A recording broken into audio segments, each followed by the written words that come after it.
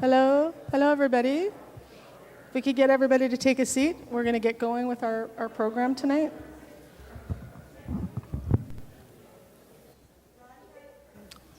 We need our guest speakers to come up here. Sign books later. The rest of the books can be signed afterwards. Our authors will be here for a long time, like till midnight, so you can, there'll be lots of time to get their signatures. I guess there and have Mira, or Mira in the middle, whichever you want. Whatever she likes. What do you think makes sense, Mira? You want to be on the end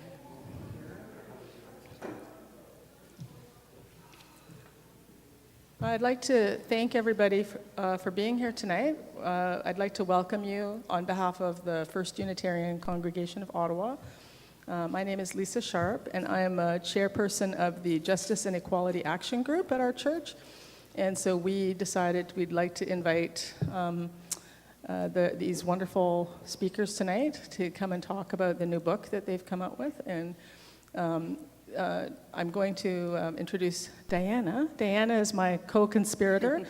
And Diana Ralph is from Or Hanashama, and she works closely with our group. And we've done a lot of projects together related to these themes and topics. And we're so happy to have you here tonight. And I'm going to hand it over to her, and you need to get up there. Okay, he's coming. So thank you so much for being here tonight, and there will be time afterwards to check out the book and get autographs. Oh, and you're going to introduce. Okay. Right. Again, welcome to everybody. Thank you so much for coming. If you want to come down closer and be part of a good community here, you're welcome. I'm just thrilled that at this event, especially at this time, at this really crucial time, it's when we've all been deeply shaken. We were so fortunate that Raja and Jeff have offered to be here and to share their wisdom and their brilliance and their experience, and also that Mira Sukharov, who is a longtime friend and colleague and professor at political science and author of many books that I have read and enjoyed at Carleton University. So Mira's going to, what we're going to do, let me just first of all say how I first met or came in contact with Raja and Jeff. This is Raja Khoury, and they're going to introduce themselves a little bit more.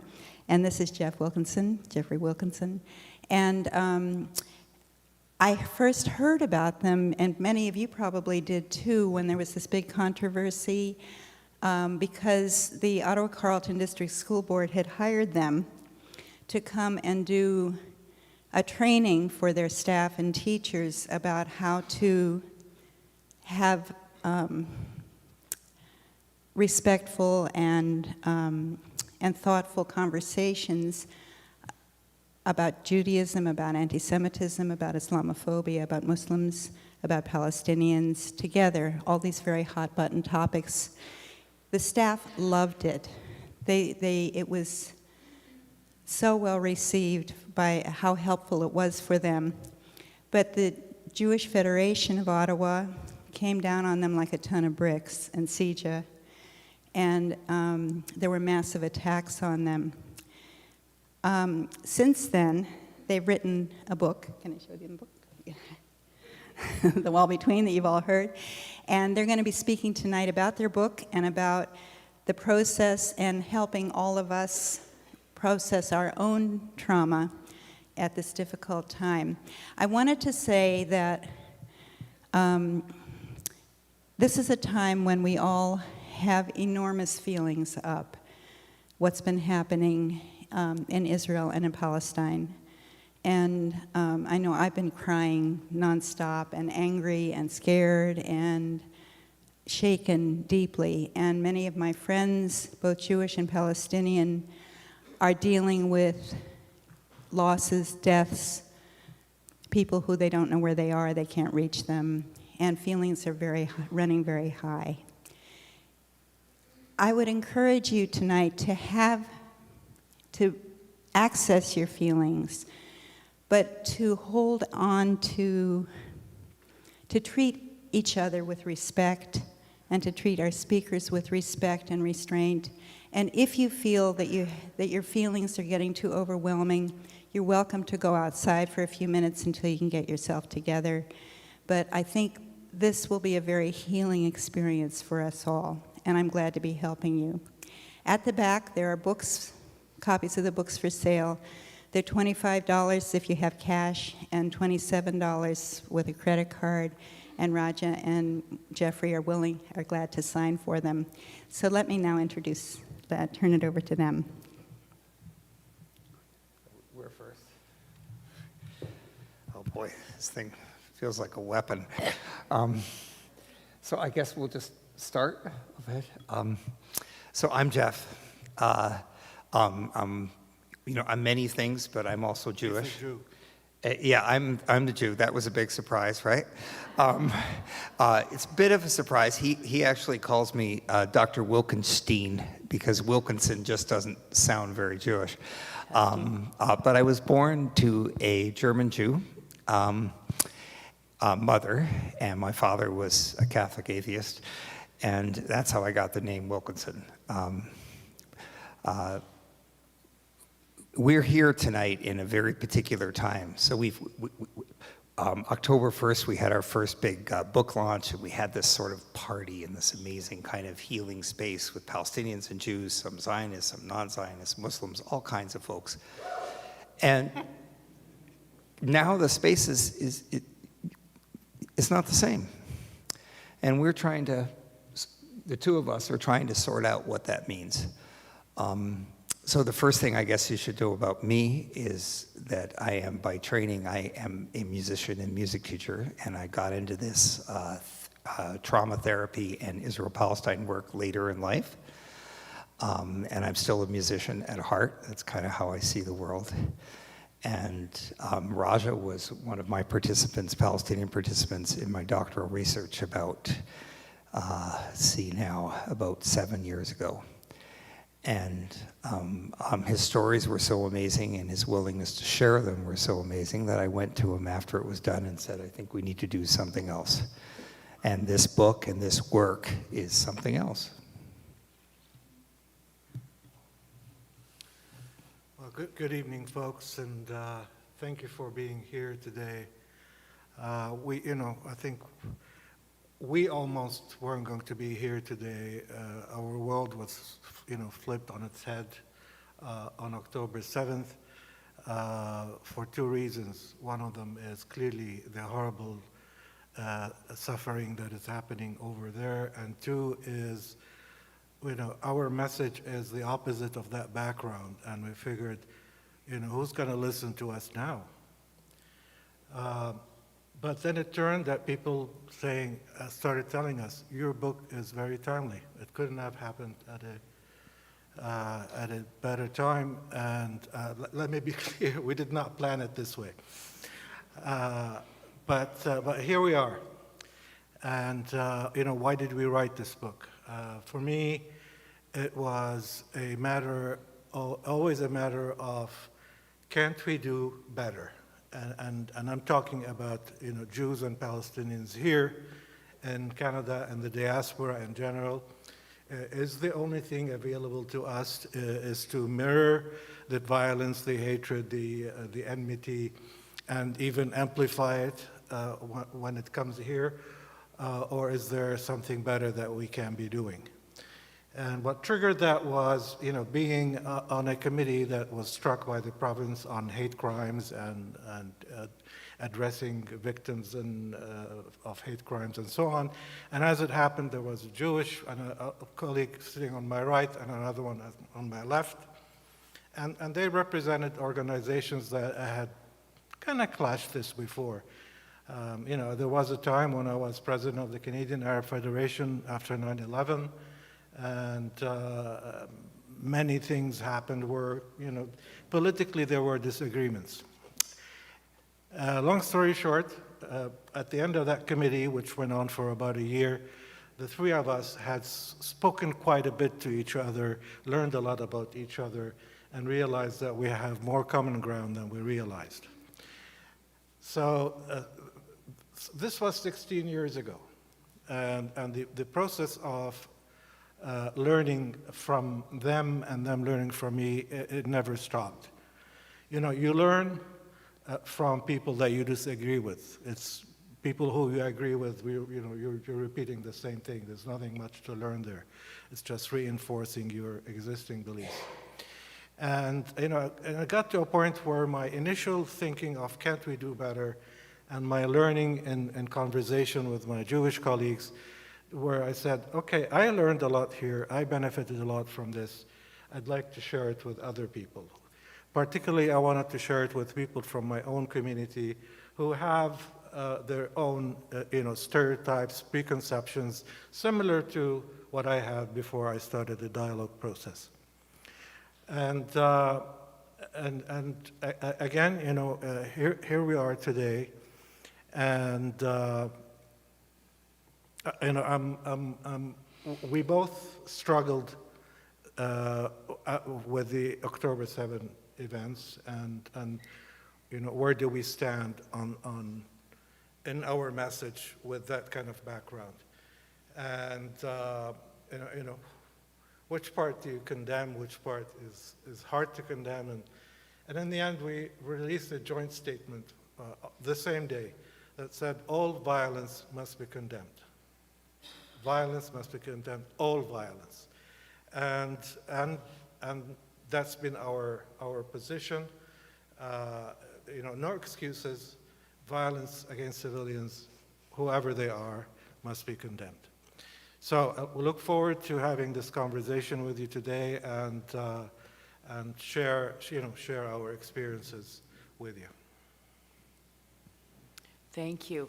It's an honor to be here, and I think we've all been very consumed by the crisis, by the Hamas massacre of Saturday, October 7th, and the Israeli response and the humanitarian crisis right now befalling Palestinians in Gaza, and the lives lost. I'm glad you clarified, not because you need to agree with me or I need to agree with you, and we're going to explore areas of disagreement perhaps tonight, but I'm glad you clarified because it's very useful that you didn't necessarily mean that you're against all violence, in which case that would make you a pacifist. And I was going to ask you if that was your stance. But then you said against violence against civilians. So I guess that's one thing we can think about, because there have been many acts of war in the Middle East, and we tend to distinguish between war or lawful acts of war and war crimes. And that's, I think, part of the discourse. Did you have any quick thoughts on that? Or I didn't need to. Well, I mean, if I have to define myself whether I'm a pacifist or not, I'd say I will lean very much toward pacifism. I don't see war as an answer to solving problems, but it exists. It's there, and the least stand that we can take is say, stay away from innocent people, stay away from civilians. Yeah, and I would say that natural inclination is absolutely my idealism is pacifism. I make the same distinction as Raja, and I also am primarily concerned right now here, because this is where I live, in Canada, in the US, at the violent rhetoric. And that violence isn't just about weapons and bombs. It's also about how we speak to each other, how we are very hesitant right now to create space. I was sharing at dinner tonight, just to kind of give this image. If you imagine there was a water bottle on the table, and it's kind of like this. And our normal sort of way or capacity might be to hear the other, might be the bottom of that water bottle. For most of us right now, the spout, which is about that big, is probably a little bit bigger than our capacity to hear the other right now. So I want to take that bottle and turn it upside down and say that now is the time that we must hear, that we must have empathy for a story outside of our own. So that leads me to the first sort of meaty question I wanted to ask, which is tell us, well, first of all, we heard about your Jewish, the degree to your Jewish heritage, right. And we didn't hear yet about your heritage, so maybe just position yourself, Raja, for a minute. Sure. I was born in Lebanon to Palestinian parents who left Palestine in 1948. I remember the 67 war as a child, but I remember it distinctly. I remember my father crying at the end of that war that we don't get, that he doesn't get to go back to his country. And then, of course, the many, many, many wars after that. I've been an activist for Palestinian rights, for a long time. And, I don't do this because I'm soft on Zionists, as some people like to describe me. I do this because I think, having worked in human rights for so long, that's what I want to fight for. It's the human rights, everybody's, human rights. And I want to build alliances with Jews and others who are on the same side of human rights and justice for all. Tell us a little bit about how your creative friendship evolved and developed, and tell us a little bit about at what kinds of junctures did you find easy agreement, and where did you find points of tension? All right. That's the tough question.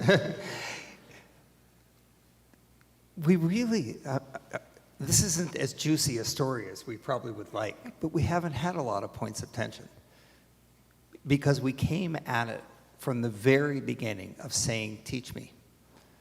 We have spent literally hundreds of hours together, usually over hummus and pita and sometimes a little beverage,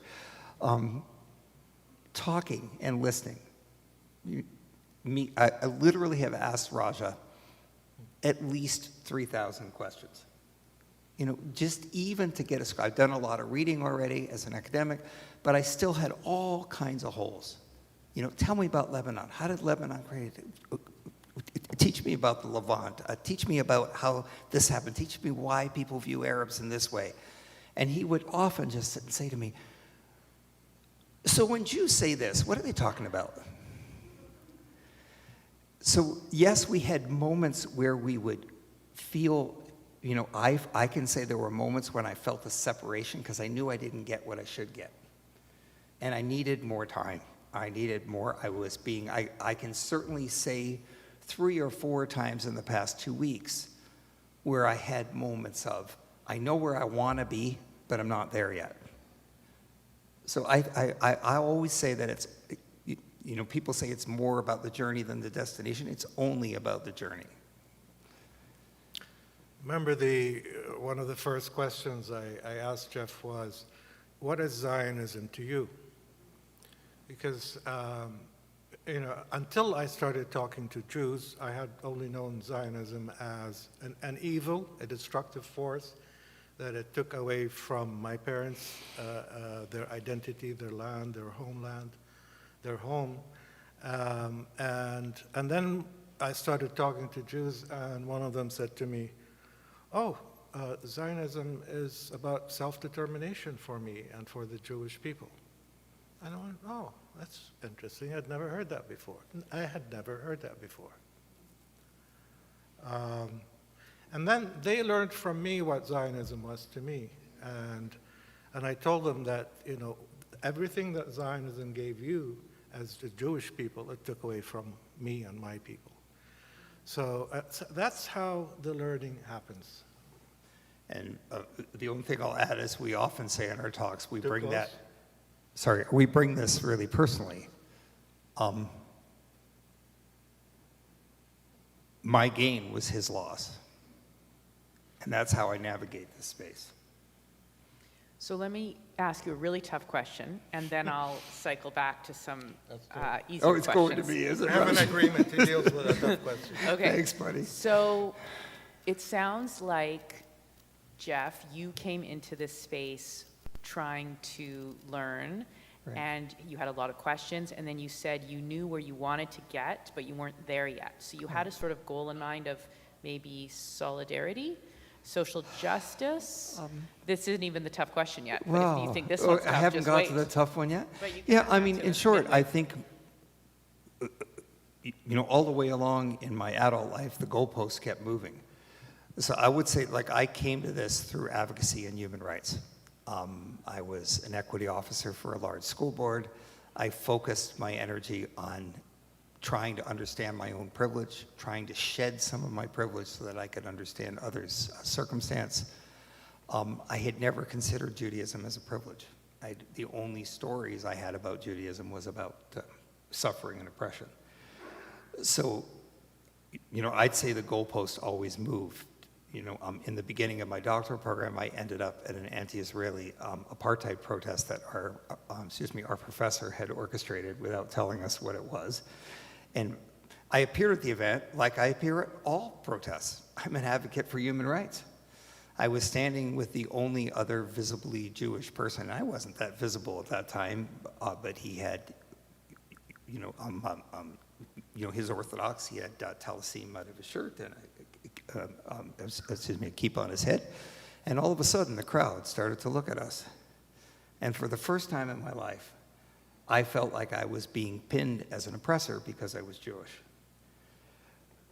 So that's the first time the goalpost started to say, what is this about? There's something over here I need to get at. So I think I started by saying, there's something wrong here and I need to get that.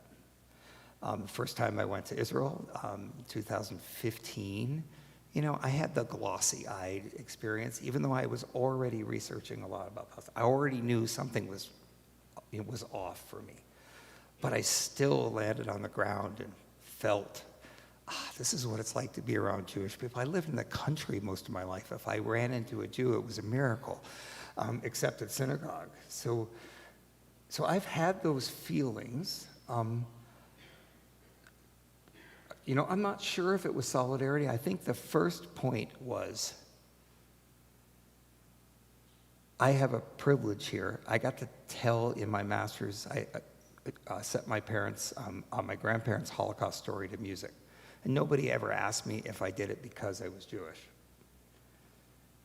And the people that were in my program who were sharing Palestinian stories were facing constant obstacles.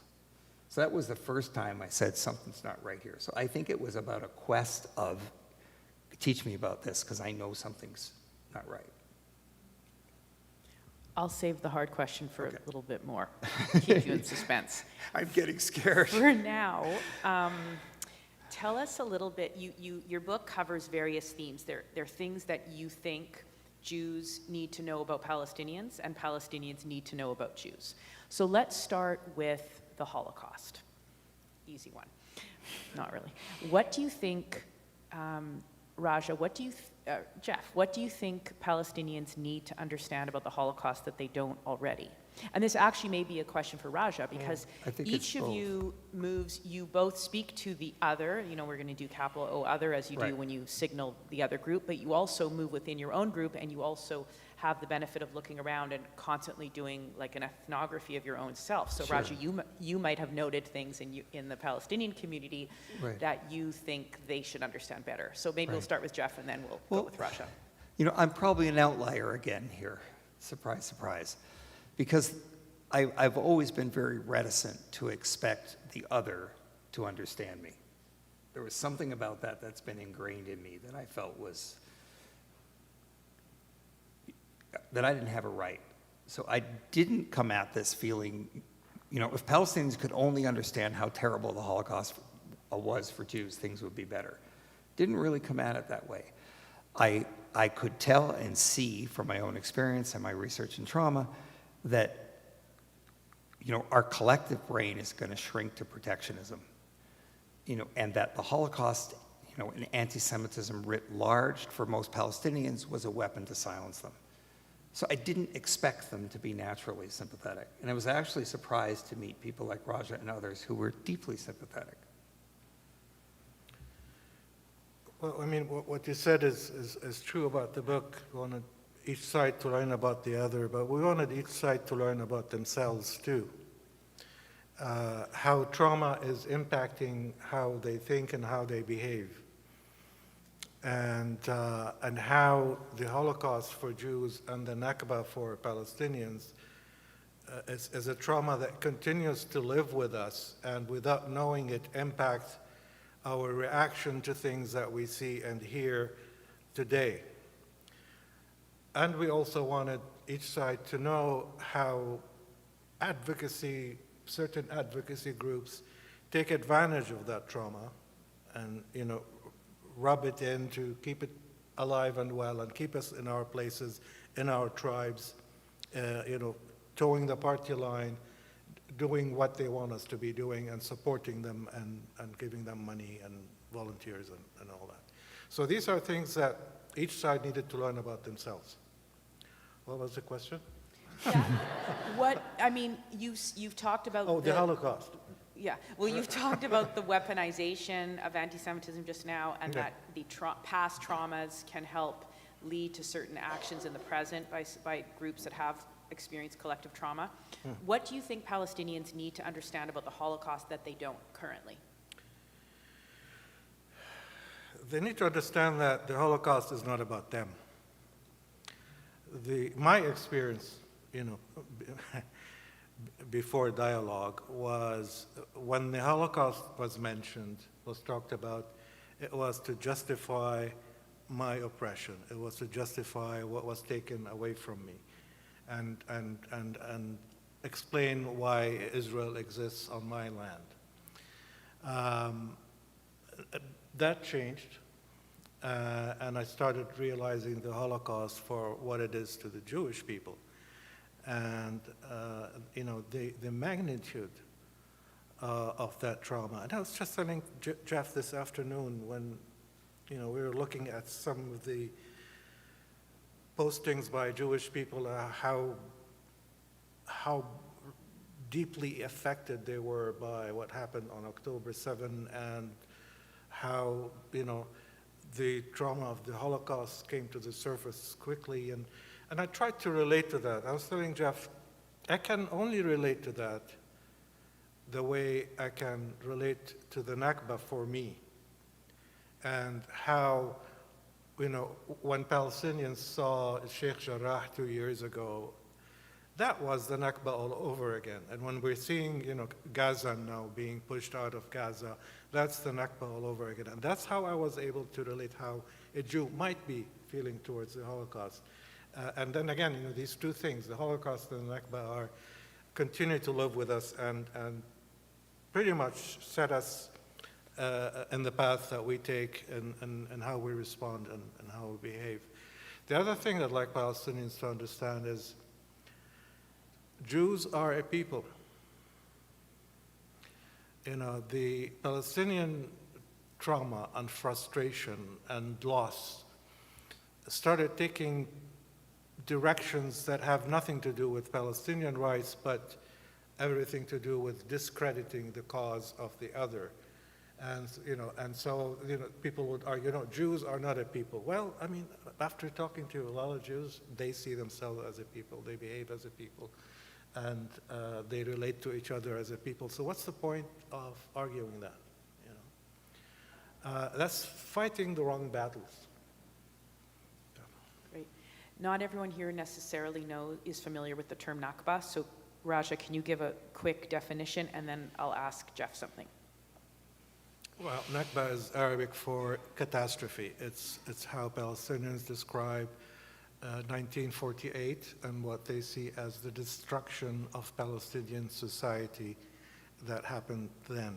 And most Palestinians would tell you that the Nakba hasn't stopped. It's ongoing to this day. Israel continues to steal Palestinian land, to oppress Palestinians, to deny them their identity, not allow them to raise their flag, not really wanting to give them self-determination and statehood and so on and so forth. So that's the Nakba. And if I could just add, the Nakba also, not only does it have abstract repercussions regarding identity squashing in terms of flag, which is incidentally why the watermelon became very popular in the Intifada, the first Intifada, because the Palestinian flag and any graffiti that used those colors, red, white, and green and black, were outlawed by the Israeli military, and so Palestinians would be subversive and draw watermelon. So I bought a really beautiful I'm just going to insert myself for a second. I bought a very beautiful print of a watermelon at the Banksy Hotel in Bethlehem last time I was there, and it's framed alongside my favorite sabich shop in Israel. The world of Hotel, yes. And sabich is the one food that that Palestinians cannot accuse Israelis of appropriating because it was invented. Has anyone here had sabich? Not a one. One. What is it? Big fat of sabich. It was invented by an Iraqi-Israeli Jew in Ramat Gan, which is a suburb of Tel Aviv, and it is pita bread with hard-boiled egg, fried eggplant, and then all the fixings that we're used to. Next trip. Well, the pita bread is ours. Yeah, okay, fair enough. We actually have a chapter in our book which is called The Food Fight. Yeah, so tell us a bit about that, and tell us a bit about the food politics as you see them. You're Start probably with Jeff. you're way better at explaining that. Sorry, The what? food In your politics. book, when you talk about food and cultural appropriation, what do you want I'll people to know start about and that you'll dynamic? continue. Oh, and 1 second, I'll give you Yeah. a foil that you can react against. Some people out there will say, just chill, it's just food. What's the Right. big deal? Why are we even arguing about this? Right. We have so many more important things to argue about. I gotcha. So there's your foil. I got you. It's about power and loss of power. You took our land, you took our identity, you took our home and our homeland, and now you want our hummus. It sounds silly, but it's powerful, and it matters, and that's the reason we wrote about it, because it matters. Yeah, it actually appears in the chapter on Palestinian resistance, where we describe the different forms of Palestinian resistance. It's not just about throwing stones or shooting guns. It's about poetry. It's about clothing designs. It's about film festivals. I mean, there is a reason why so many Palestinian film festivals are called the Palestine Film Festival, not the Palestinian Film Festival. It's it's an affirmation of their, being a Palestine. And then the issue of, the well-known cultural appropriation and it's for Palestinians. I mean, it's like Jeff said. What else are you going to take from me? I'm not gonna let you have the hummus and the falafel and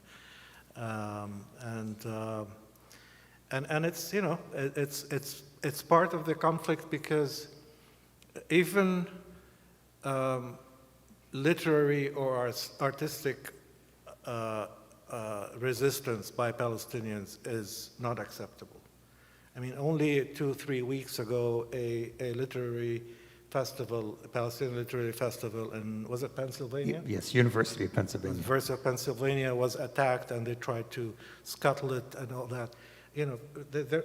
Any expression of Palestinian identity is threatening to many people, and in most cases it's Zionists. I just wanted to add one thing about the Nakba, not that you don't know this, but our audience might not be fully aware that the Nakba wasn't only the quashing of identity in terms of symbols like the flag, but it was the literal driving out of Palestinians from their literal homes, which they have never received compensation for, never received title, never been allowed to return. So there's both an identity aspect and a real material aspect. And so one thing that I think irks Palestinians right now is that when they see Jews and many Jewish Israelis right now applying for and receiving citizenship to European countries, Germany, Czechoslovakia, they're saying, well, you can receive citizenship for lands that you were driven out of, why won't you let us return? So these are I just wanted to add a little commentary there. So Jeff, what do you think Jews need to know about the Nakba that they don't? Right. That we haven't covered? We've talked a lot already. I'll start with everything. Yeah. Kind of a cheeky answer, but I'll be as serious as I can. I mean, it's in our book, it's in our conversation, but over the last few days, we've written a couple of articles that you'll be able to find in papers in the next couple of days, is that we really are aware that by and large, the Palestinian narrative, not just the Nakba, but the entire Palestinian narrative is basically invisible in Western society. And that there are many reasons for that, and some of them are, we haven't heard as much, we don't know as many people, very sort of innocent reasons, and others are harder reasons. The feeling or scope or idea that they are other, that the representation of a Palestinian, is a brown keffiyeh-wearing Muslim who has antithetical values to our Western way. And if a lot of you right now are going, well, I don't feel that way. It's not about individuals feeling that way. This is the narrative that is leaked throughout our society. And it causes a great deal of harm because it makes it fairly easy to be dismissive of a story that you're already a little skeptical about. So I think the first thing is that we talk about this a lot. There is no hierarchy of misery. As soon as you say, in some unintentional or intentional way, that I'm gonna say that my suffering is more important than someone else's suffering, you've detached yourself from this magic circle of what it means to be connected as humans. And I think the main thing I want them to know is that even though for me and many, many Jews, I don't know exactly how you feel, because I haven't asked you, Mira, and I don't ever want to presume, is we still feel the Holocaust. It's still there, and certainly events like October 7th bring a lot of it back. But the sheer factual reality is that the event, not the memory of the event, because those are two different things, but the event itself stopped, almost 80 years ago. And for every single Palestinian, the Nakba is the daily existence, morning, noon, and night. We compared it recently to Groundhog Day. It just repeats over and over. So if there's one thing I want Jews to know, is even though we feel an emotional suffering and anti-Semitism is still a real and significant problem, when we seem to ignore Palestinian suffering or when we seem to minimize it, it is taken as yet again that you don't even know that we are here. You don't know our story, you don't know our suffering, and you just probably don't really care to know. So now I'll ask you the first of my hard questions. Oh, we haven't got to the hard ones yet? No, of course not. Okay, so you have done a valiant job, it sounds like, and it's true because I've read the book. Haven't finished it because of the events of this week. I've put my whole schedule into, obviously. And you, Jeffrey, are in a very, well, both of you are in a very compassionate place, but Jeffrey specifically, because you're moving from a dominant narrative in the Jewish community of denying Palestinian identity in some ways and Nakba denial, and you're moving away from, or maybe you never had that, but you're trying to push back against that. You're trying to understand the other. Some might read the book, not me personally, but again, I'm going to be a foil. Some might read the book and say, of all the virtues, compassion, empathy, all these wonderful things, listening, dialogue, is there a place for loyalty to your kith and kin?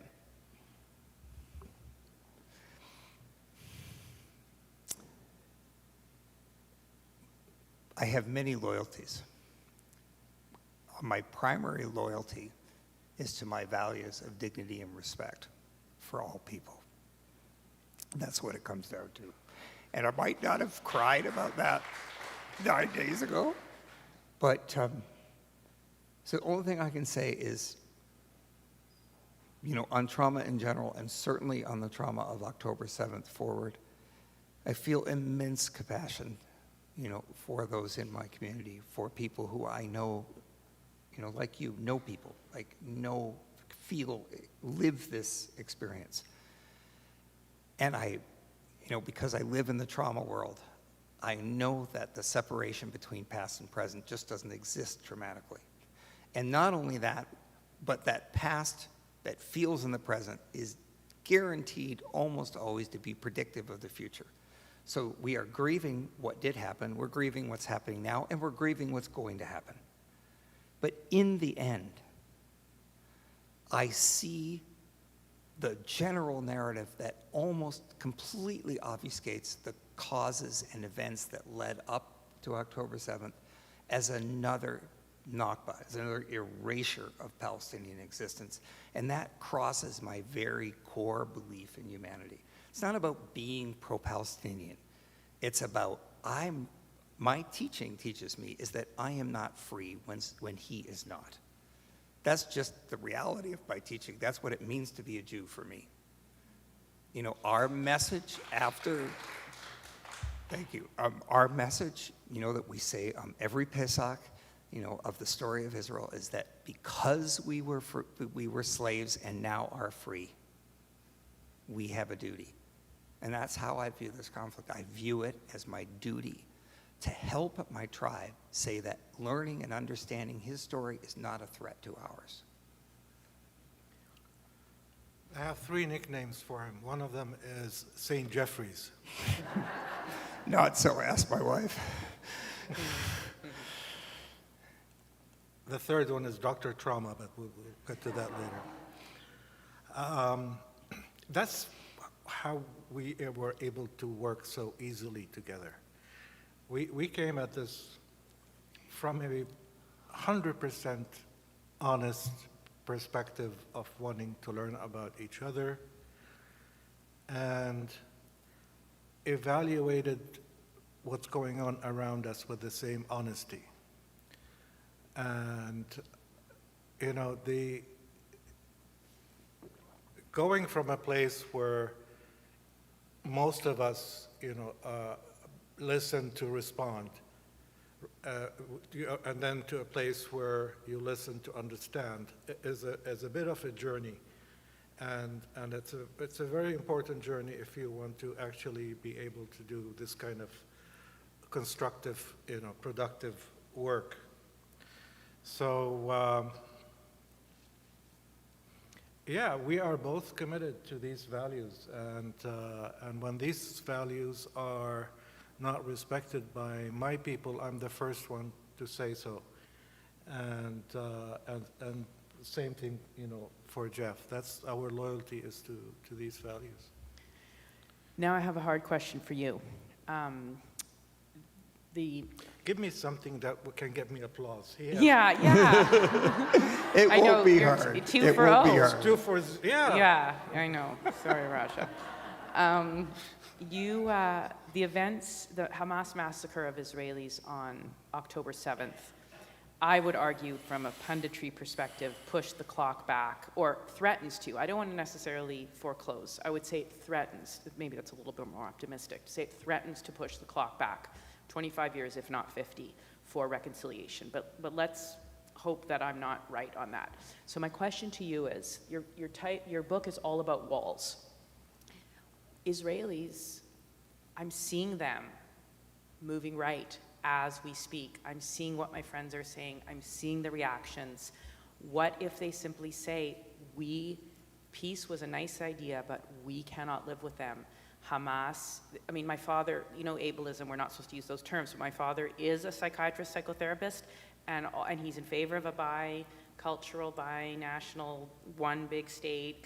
You know, he wants a lot of stuff that you guys want values-wise, but all he's been saying, I've been seeing him write on Facebook and write in questions and webinars, Hamas is a psychotic organization that is genocidal and its charter blames the Jews for every calamity of the 20th century, which its charter is kind of out there, and many Palestinians support it, and many trade unions here wrote statements supporting the act or characterizing it as an act of resistance, praising it.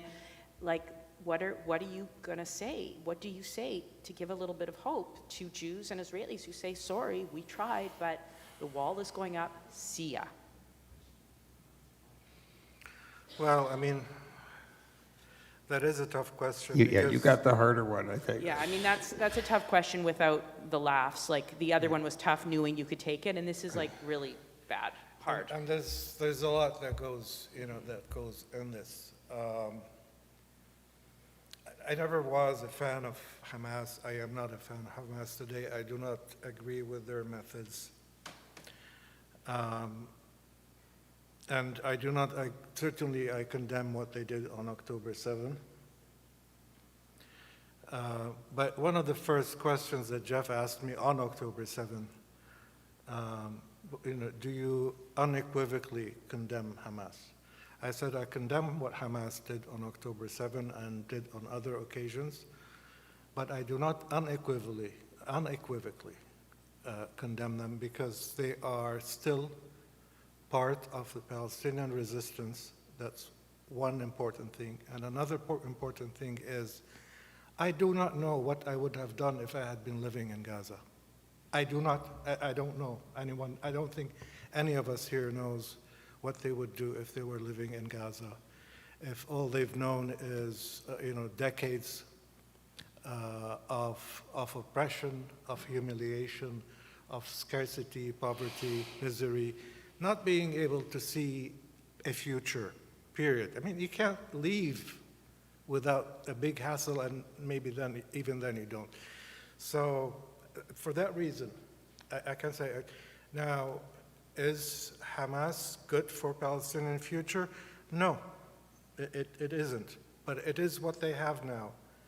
And I don't think a lot of Palestinians support it. In fact, polling done by the Arab American Institute shows that only about 20% support for Hamas in Gaza itself.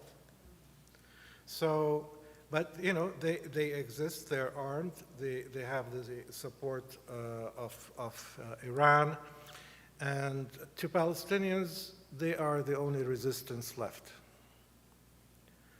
And resistance, as we say in our book, is sacred to Palestinians because it's the only thing that's keeping them alive. They really see resistance as the only way to continue to exist. We write quite a bit about what it means to Palestinians to have this resistance. And again, resistance does not necessarily mean violence, but the idea of resistance is what keeps the Palestinians going. Trade unions and what they did, and I'm not going to defend any of that. I do say, though, that when Palestinians went into the streets to support the people of Gaza, to protest their bombing of civilians, and they were immediately accused of being supporters of Hamas, that was very wrong. And the Prime Minister himself was one of the culprits in this case, and that hurts me as a Canadian citizen when that kind of thing happens. 2-1. Oh, right. Would I be Sorry, able to add a couple things? Yeah, I forgot to put the scorecard there for the Oh, laughs, no. for the applause, but go ahead. So you need to applaud for him several more times. Excuse me, we're being cheeky here, but when you applaud, you're applauding for us. We did an interview on CBC on Sunday, which was great. But Really and great, she was really awesome. great. Catch it. You can go back It was and really look for great it. with Pia Chattopadhyay, but it was really interesting. She came, even though she was awesome, she seemed to come at it with the assumption that I was going to respond to questions differently than he was, and repeatedly said, as a Jew, how do you? So there really is, at this moment, there's really no space between us. So if you applaud for me, you're applauding for us, because we are together. I often tell him, I forget you're a Jew. We make jokes at him. Sometimes feel like I'm more pro-Palestinian than he is, but I'm obviously not. 2 or 3 things I want to say that are very important. One is that Palestinians and Hamas are 2 different things. We're working really hard in the West to conflate them. They are not the same. 2, certainly understand the hopelessness, but how did we get here?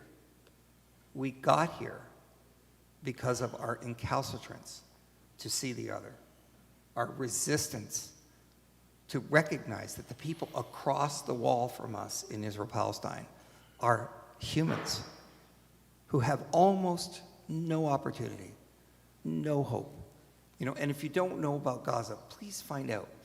Because in my conversations with family members and others, they literally didn't even know where it was. Because it's just not in our conversation. If we get up to a 5 or 6% unemployment rate, we think the sky is falling. The youth unemployment rate in Gaza is about 70%. And the general unemployment rate is about 50%. Only 4% of the water in Gaza is actually potable. 4% of fresh water is potable. If you can imagine living in these conditions, and we have turned our eyes to this, blinded to this. And so when we're saying tried peace, it's enough. I get it. We haven't. We haven't tried providing decency and humanity for our brothers and sisters just on the other side of the road. Because we're driving on our road. We don't get to see theirs. So that's, I think I really want to say that I think that we are missing. We haven't tried in an earnest way. And last, you can oppose several things at the same time. I mean, I was, as myself a York alumnus, I was appalled by the student union's statements. Absolutely appalled. At a time when we needed to show compassion and care for each other, we shrunk back into, I'm an anti-oppression, anti-colonialist, and I'm just going to tell them. And I looked out at a room full of Palestinian students in Massachusetts last week, and I said, we get it. But would you consider giving our community, a few weeks to grieve? You could do both at the same time. They are not exclusive. I spend probably most of my time on the other side of the fence because I am so overwhelmed with how almost the entire body politic and all mass media has told such a single story, over the last 9 days. And that is not going to help us move forward. It's going to entrench us much more. We were talking on the way here in the car today about how our media here talks about the war between Israel and Hamas. And to Palestinians, it's a war between Israel and them and the Palestinians because they're the ones who are being, killed. So our perception here in the West can be really kooky sometimes and ignorant. And I've seen so many talking heads on TV making statements about what's going on over there, as if they actually know. And that's that's a shame. That's pathetic. Maybe I'll take a few questions from the audience, and Yes. then I'll come back with some more. Is there a mic for folks? Oh, yeah. Oh, you have the mic, Mira. Sure, do you want to? Great. You've been great.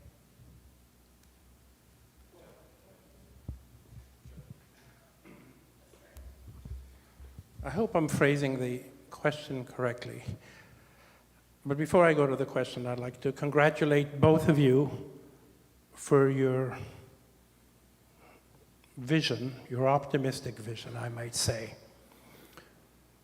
I know we're not in the game of statistics, but can I get perhaps a common response from both of you, a rough percentage of each community that thinks along the lines you're thinking? There's somebody in this audience who will recognize himself, who's been trying for years to do just that. I am a bit skeptical. Thank you. There's this book here. Do you want to say more? Yeah. I mean, look, that's why we're here. That's why I was telling someone earlier in the crowd, sometimes I feel like I'm a preacher. Because, we didn't write this book to have a book and, and take pictures with it. We wrote this book because we wanted it to be a springboard for our message so that we can have the opportunity to sit here and have these conversations and reach as many people as possible to help them see things at least the way we see them and way we see them, and maybe we'll get some followers along the way of people who. Can you just describe how you phrase? Can you describe for the audience how you phrase it to a Jew, to a Palestinian, for Jews, for Palestinians, so that you're toggling back and forth between the lens? Yeah, read a couple of paragraphs just so they get a sense. How about we read? You want to read anti-Semitism? So we're going to read something, but I'm just going to say something to the gentleman who asked the question. In my community, it's a continuum. Are there a lot of people who are where I am? I'd love to find them. I don't think so. But there are a lot of people that are on the road. We largely talk in our conversations with people who call themselves some form of liberal or progressive Zionist. I don't identify as a Zionist, but I got lots of place in my heart for people who are struggling, who define Zionism in different ways. Lots of space. This requires all of us. There's a segment of our community that you might call, the hard right, that we probably don't have much to talk to about yet. But I think there are a lot of people who care deeply about social justice and Palestinian rights. But trauma, in the end, has created the idea that a single binational state over there in the land is too threatening for them. That I've had them say to me over and over and over again, I get it. But every single time we gave the choice to somebody else on how to govern us, it didn't turn out well. So this is a real problem and something that all of us, Palestinians, Jews, and others, have to work together to solve. So we're just going to read a very, very short passage. The middle section of our book basically does this over and over again. So we're going to read a little tiny bit about anti-Semitism. And just recall, we have a note at the beginning of our book that when we say to a Jew or to a Palestinian, we mean the plurality. We don't mean everyone. There's no community that's a monolith.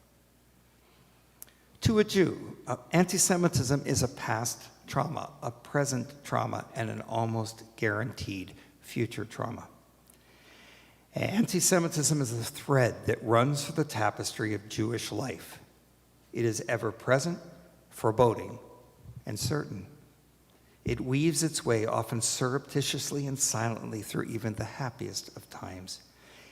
It is the monster whose haunting presence breathes down one's neck, refusing to allow any Jew to forget its existence. To a Palestinian, anti-Semitism is a muzzle, a weapon to silence, defend, and deflect from, or otherwise discredit critics of Israel's actions. It is a club to clubber the heads of those taking a stand for Palestine, and a shackle that ties down the hands of solidarity. It is the boot that presses down one's neck, choking speech, silencing thought, removing voice, and eliminating hope. It is an occupation of the narrative. You want to read that last sentence? Sure. Anti-Semitism is this powerful force that, in effect, ends up oppressing both Jews and Palestinians. So, Haig, to answer to your question, Palestinians often ask me, why are you doing this? Why are you having dialogue? Why are you hanging out with the Zionists? And I explain to the best that I can, but there's always, the suspicion of, are you selling out? Like I said earlier, I've been called a soft on Zionists. When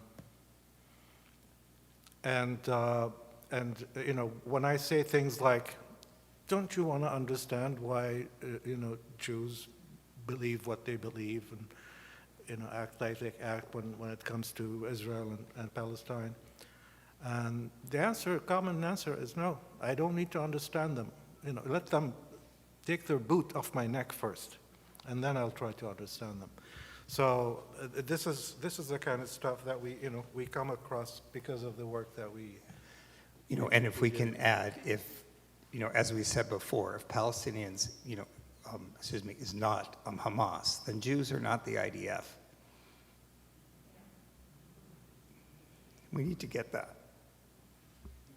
There was another question, and just before I give it, I just wanted to, in response to the comment, we actually did some surveys of Canadians and Jewish Canadians' attitudes about Israel-Palestine and many of the issues, and the sympathy for Palestinians is way higher than the official Jewish mainstream or the federal government shows. Hi. A lot of things were said and a lot of questions come to mind, but where I'd like to start is I'm really curious about the way that you decided to define the other in your book. So you decided to define them as Jews and Palestinians, although you could have chosen many other formats. Could have been Israelis, could have been, I don't know, whatever else, Zionists, right? So if you could please expand a little bit more about what led you to choose that. I mean, our book is about the diaspora. It's about here. And here the conflict is between Jews and Palestinians. I mean, I've had that remark made a number of times before, often by Palestinians, because they would say, I don't have a problem with Jews. I have a problem with Zionists or Israelis, And we tell them, well, over here, you're dealing with Jews. You're not dealing with Israelis. And the conflict here between us, the conflict is between Palestinians and Jews. Absolutely. I'm just going to add one thing. It's more about the Jewish narrative, in contrast with the Palestinian narrative. It's not really about Jews as people and Palestinians as people, but really trying to explain the two narratives to each other. So we'll often say about our work, it's not a Jew and a Palestinian. It's two stories that are trying to understand each other. It's not two identities, it's two histories, two stories, two ways of being. And so just to defend the relevance of the book, Raja and Jeff may be in the minority of their stance of empathy and compassion and listening and wanting to engage with the other. That is unfortunately probably empirically true. But the book is very applicable and relevant because it does, I think, quite skillfully weave in the two dominant narratives. So you're going to see mainstream Jewish thought and discourse represented in those pages, and you're going to see mainstream Palestinian thought and discourse represented in those pages. Though you do tend to come to some convergence, moral and ethical convergence on how people should talk about anti-Semitism. Right. So you don't leave the two narratives as two solitudes. Right. Right. The book's in 4 parts, and the 4th part is about how we repair this chasm that is between our two tribes.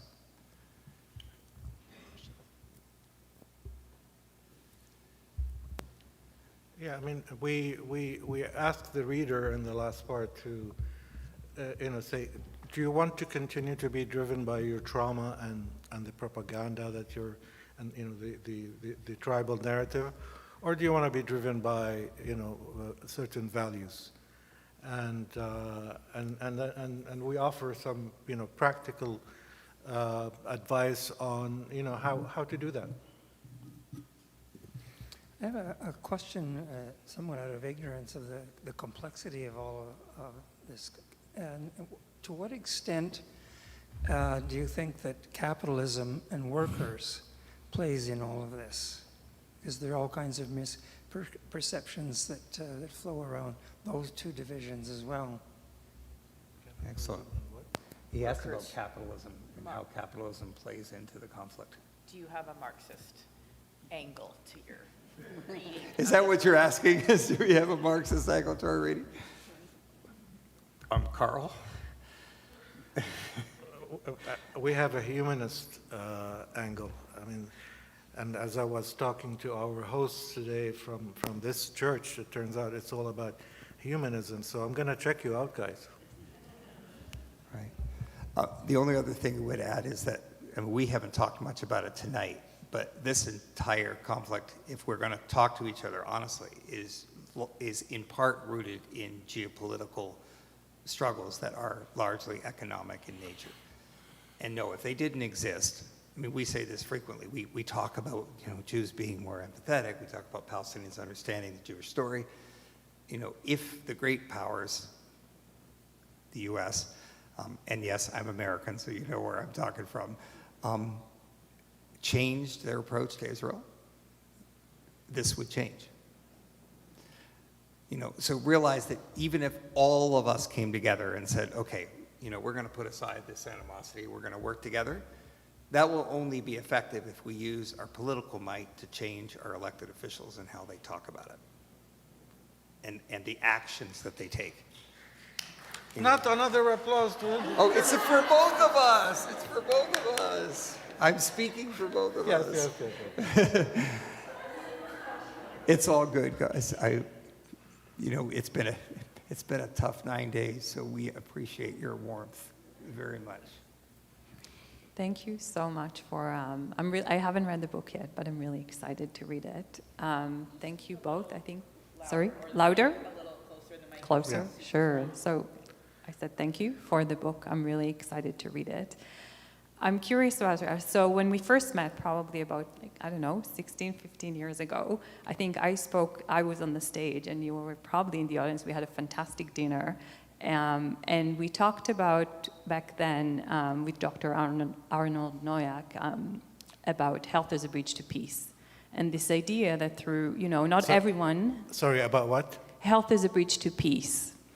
So the idea is that not everyone is as brave as you both to kind of jump right into, all the difficult conversations.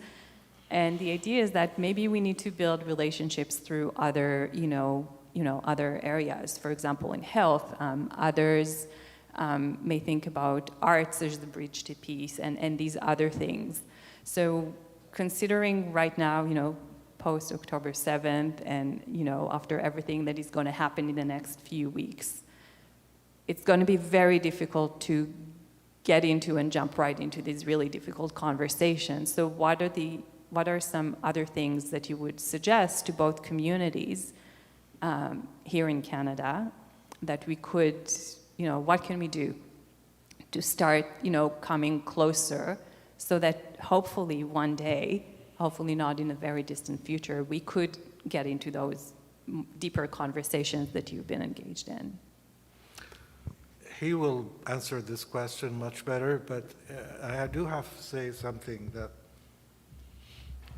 my dream is to have Palestinians, and not just Jews, but Palestinians and Zionists working together towards peace over there, but working here. And I'm hoping that, this shock to the system that's ongoing right now over there will show us that there is no other way. There really isn't any other way. At one point, the two peoples are going to share the land, figure out how they're going to share the land. 1 state, 2 states, 3 states, 15 states, I don't care. But at some point, they're going to figure out how to do that. And until that point happens, the suffering is going to continue. Neither side is going to have peace as long as there is no justice and there's no. So, and I'm hoping that, enough of us, Palestinians and progressive liberal Zionists, can, focus on what's common to us, on wanting to come to that, desirable end state of peace and justice. Thank you. Just have a couple. Applause, yeah? No applause. So, his ego is really I did my hurting best. here, guys. I You did gotta my help best. him out. Okay. 2 quick things. One is, my soul is, as an artist and as art-based research. So I'm a very big fan of community crossing boundaries through expression. But the answer right now is to show compassion and to ask someone. We shared the other day about, for example, the person in Montreal you probably heard about, a very upset driver rolled down her window to a woman who was carrying a Palestinian flag, either at a protest or on her way to a protest, and said really magnificently horrible things to her, which she has later apologized for, which I didn't know about at the time, which I'm very glad for. But just imagine if she rolled down her window and said, "How are you? It's been a really tough few days." The other thing I want to say is I think that a lot of this here, this, as we call it, conflict about the conflict, is really playing out in our schools and universities and colleges. And I plead with Jewish parents and Jewish organizers to teach your children that learning challenging, difficult information is why they're going to school. That please, you see an anti-apartheid rally and you've been told by your synagogue or other places that makes you, uncomfortable as a Jew, go to the table, bring them a cup of coffee and say, "What's this about? Teach me." This will not hurt you. This is a tremendous damage we are doing to our Jewish children by teaching them that there's a threat. Now, is there real anti-Semitism that they need to be afraid of? Absolutely. But it rarely, in my experience, maybe Mira has a different experience, rarely is it inhabited in somebody, who's angry about Zionism. That if you approach them in a meaningful, thoughtful way, they'll be more than happy to talk to you. That's been my experience. I'm sure it's not everybody's. There's another question. Hi. Okay. I'm hearing you say, thank you for being here, it's a real privilege to listen. I'm hearing you say Hamas is not the Palestinians. I'm hearing you say, maybe only 20% of the Palestinian people are in support of Hamas. And I'm really begging for your help to please help me understand and help me to make sense, because inside my head I have a really big roadblock with Hamas being in power and how we move forward there. Do you want to speak to that a little bit? Can you repeat the last part of the question, because I didn't quite, you said you have a roadblock in your head about how they are in power? Or why they are in power? I just don't know how we move forward with them in power. Right. And I really don't intend to be disrespectful. Very valid question. Yeah, absolutely. It's one interesting thing that I'm observing about over there right now is that both Jews and Palestinians are having a crisis of leadership.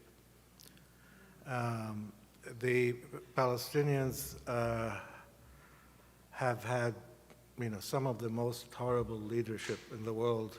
They deserve much better than this. And that includes the Palestinian Authority, it includes Fatah and the PLO, and it includes Hamas and Islamic Jihad and all of them. And that leadership is going to have to change before Palestinians are able to move one step forward.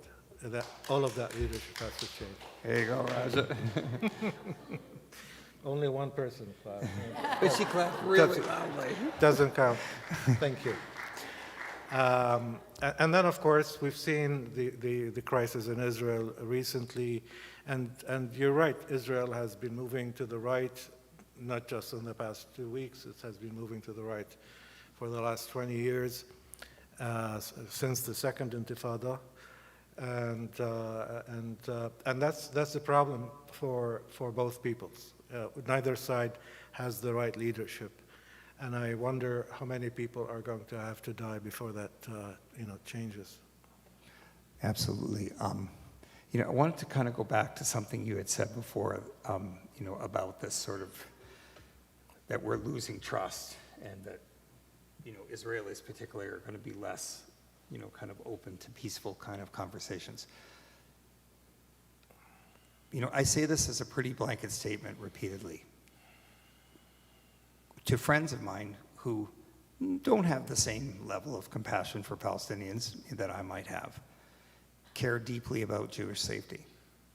I tell them, I see no other pathway to Jewish safety but making peace with Palestinians. Even if that is your only motivation, there is no other way forward. You cannot fight your way out of this. The Palestinians will resist. And even if right now, as the mantra is, wipe out Hamas, some group probably worse will replace them. The solution to this is not more violence, not larger armies, not more support from the US and other powerful countries. That is the opposite of solution. And I want us to be able to talk about this here so that we can influence each other and our political leadership. Because I think we also have a crisis of leadership here, in the Israel-Palestine question.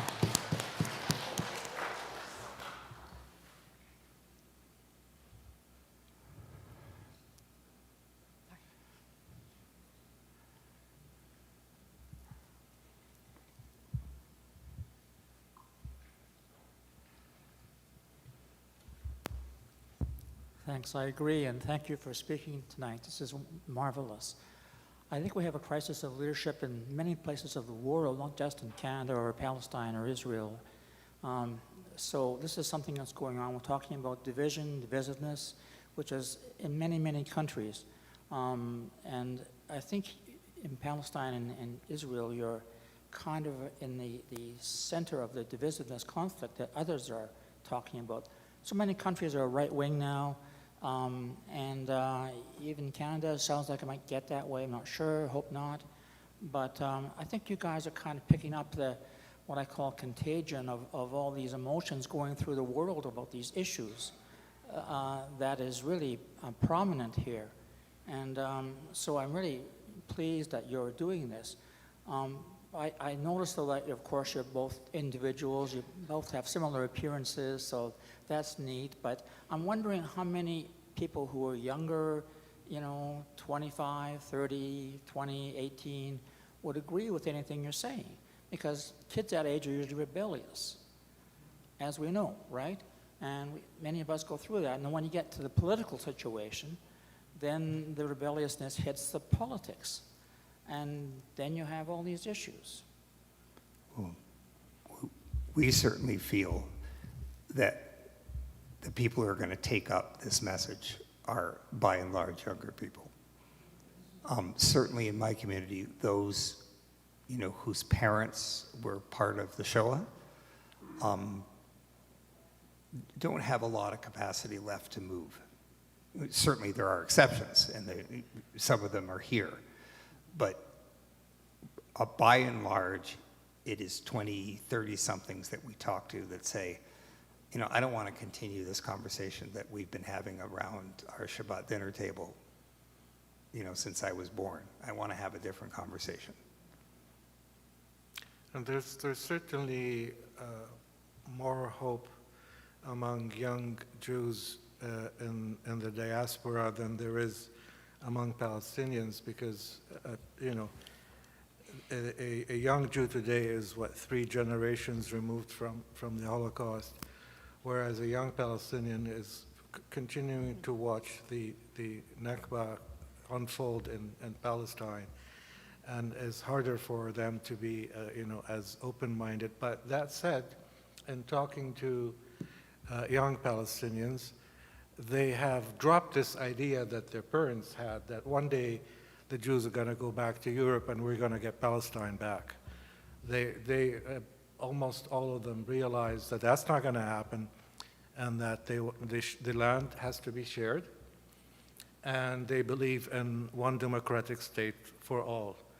And now I know the idea of one democratic state for all does not bode well with many Zionists, but at least the young Palestinians have come to accept that Zionism is here, Jews are here, Israel exists, and we need to find a way to coexist and cohabitate. If I may, another question, it'll be a short one. How do you build trust? How do you build trust at the interpersonal level, at the relationship level? How do you build trust at the community level? And I mean, political level would be a different story, but I'm really interested in the interpersonal and the community level. How do we build that trust so that a student at UFT, a Jewish student who has a group of pro-Palestinian students knocking violently on their door is not sitting there afraid? And I'm sorry, I don't have stories from the other side. There might be, I don't know. So how do we build that trust for younger people? How do we build trust at the adult level? Any ideas or advice? I thought you were the one asking the hard questions.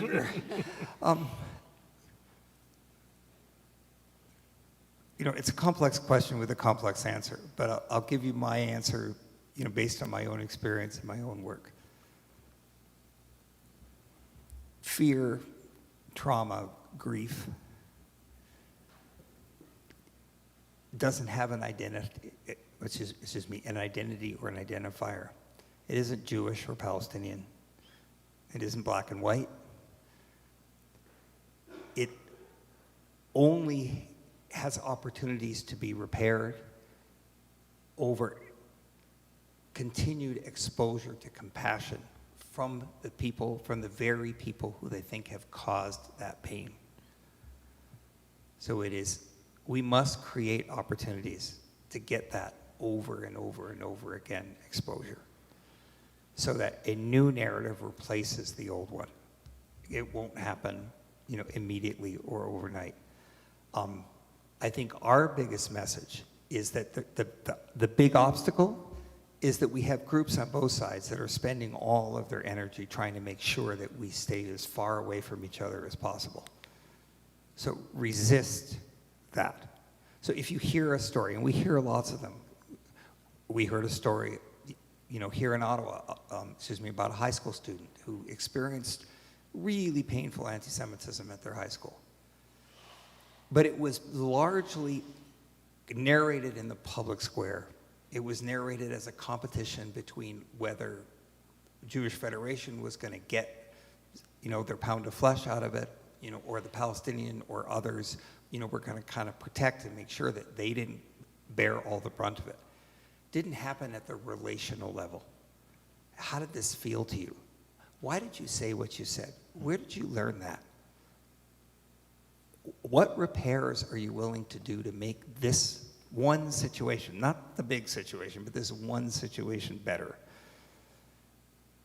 So I mean, that's my first answer. It has to be one relationship at a time, and it has to resist the trend that every incident only becomes fodder for the two sides to yell louder at each other. The search is always for common ground, and that's a good place to start. Finding what are the things that not only we agree on, but things that we believe in. What's driving us? What values are driving us? And to begin with, humanity, equality of humans is essential, because what we're seeing playing out these days is are people attacking each other's humanity and talking about each other as though they are from a lower species, and clearly there's no common ground there. The young people in universities that have made progress, started with just telling personal stories. And personal stories are good in the sense that you cannot argue about them. That's my story. That's what happened to me. This is what I know. This is what I've learned, and so on. There are many ways to do this, as long as that there is, the will and the interest in doing it. And it is the harder road to take. It's a lot easier to be binary. We're good, they're bad. It's a lot easier to hate, and it doesn't take a lot of thought or effort. We just do it. So it has to be deliberate, and it has to be, sustainable.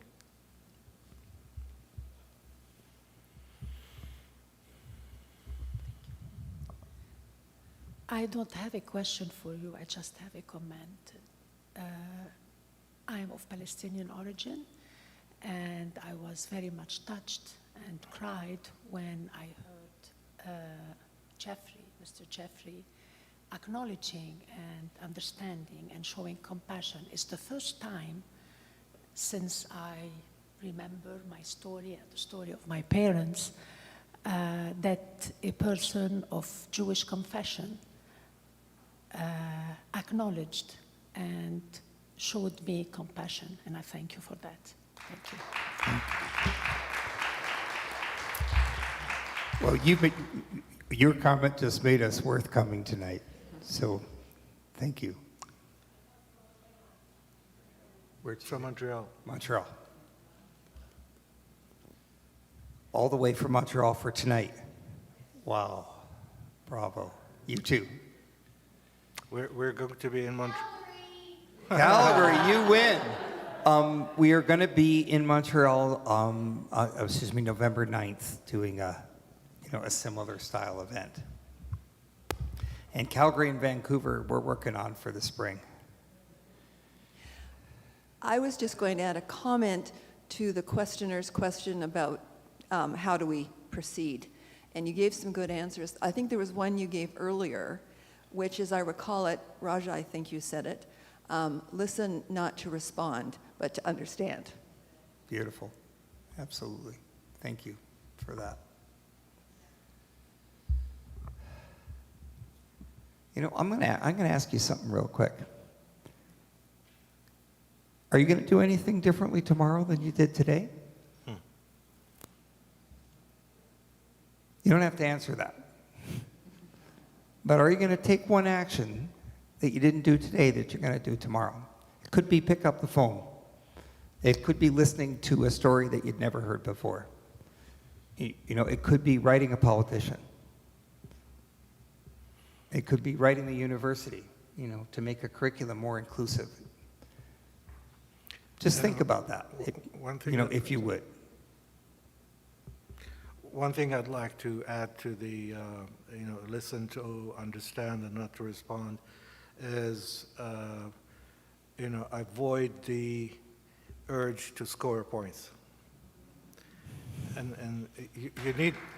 That was an oxymoron. It's in us to rebut the other side, and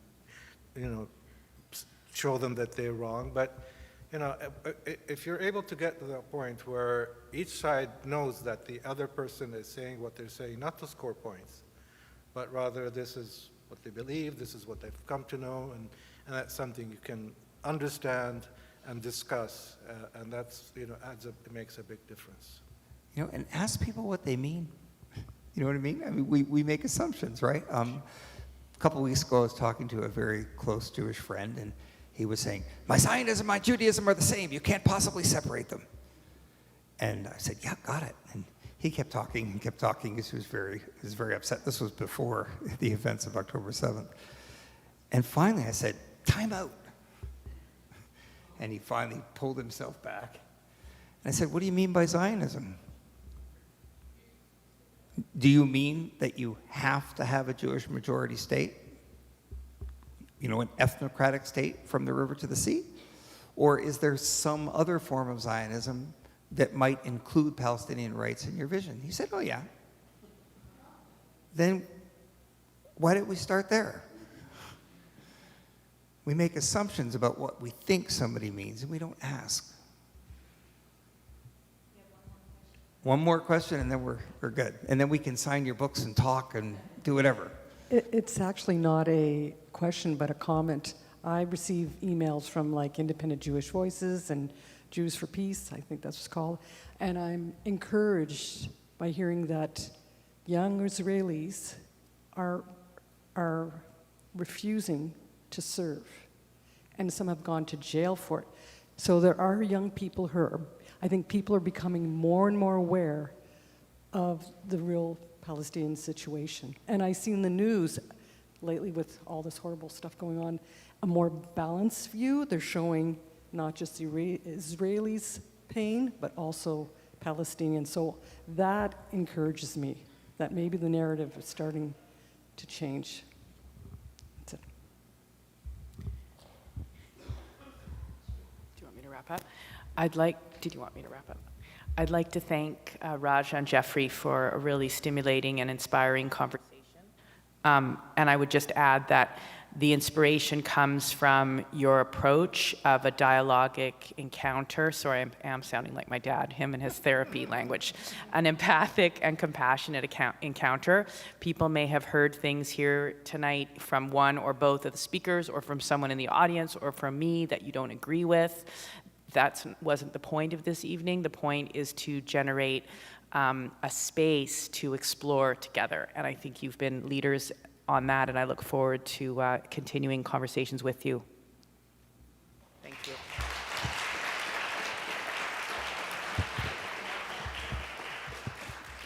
The holidays are coming up. You're going to need gifts.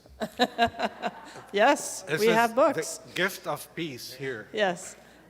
I wanted to take a minute to thank everyone for being here tonight, including Diana and all of our great guests. And I just wanted to say one comment of my own. I grew up in Canada and not as a Jewish person and not as a Palestinian, as a Christian.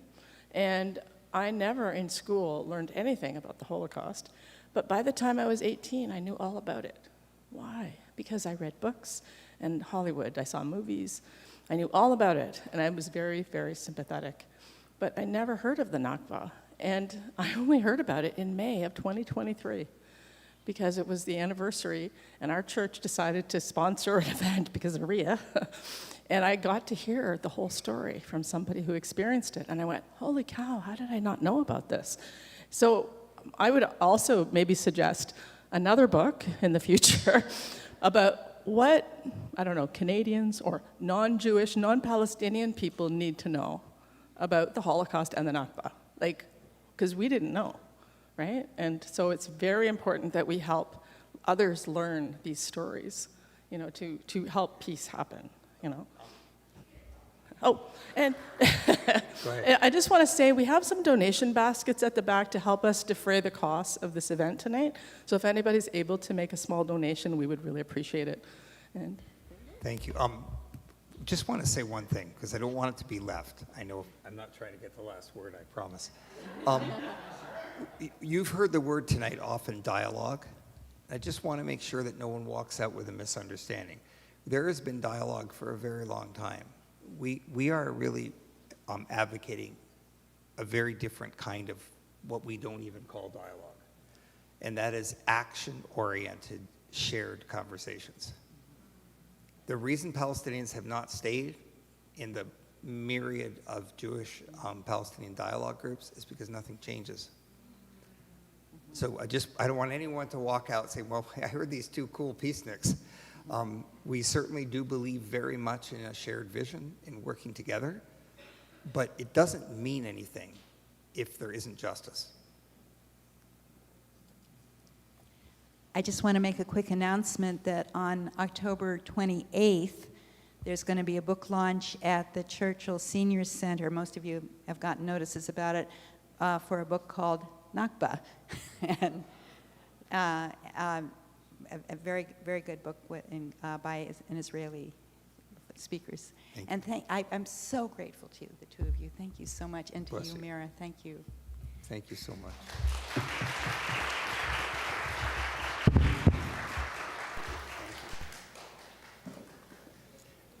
We'll be in the back to chat or sign books or whatever you need. Thanks for doing it.